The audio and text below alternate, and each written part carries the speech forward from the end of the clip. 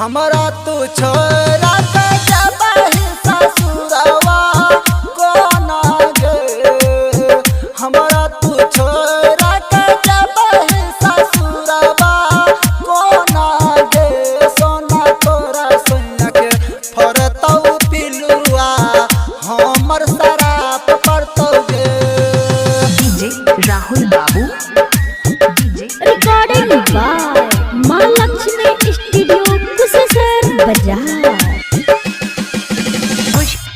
कुशेश्वर बाजार mix by Rahul बाबू।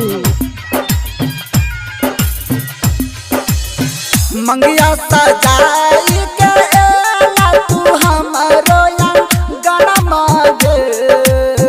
मंगिया सजाई के एला तू हमरो गाना मागे।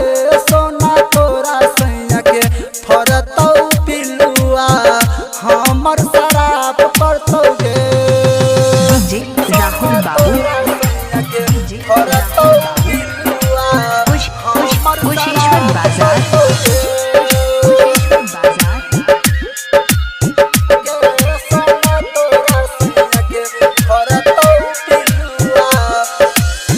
सैया के से जैसा जबहि तू जाई के ससुरवा गे।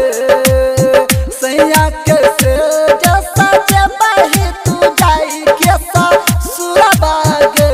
सोना तोरा सैया के फरतौ पिलुआ हमर शराब पड़तौ गे।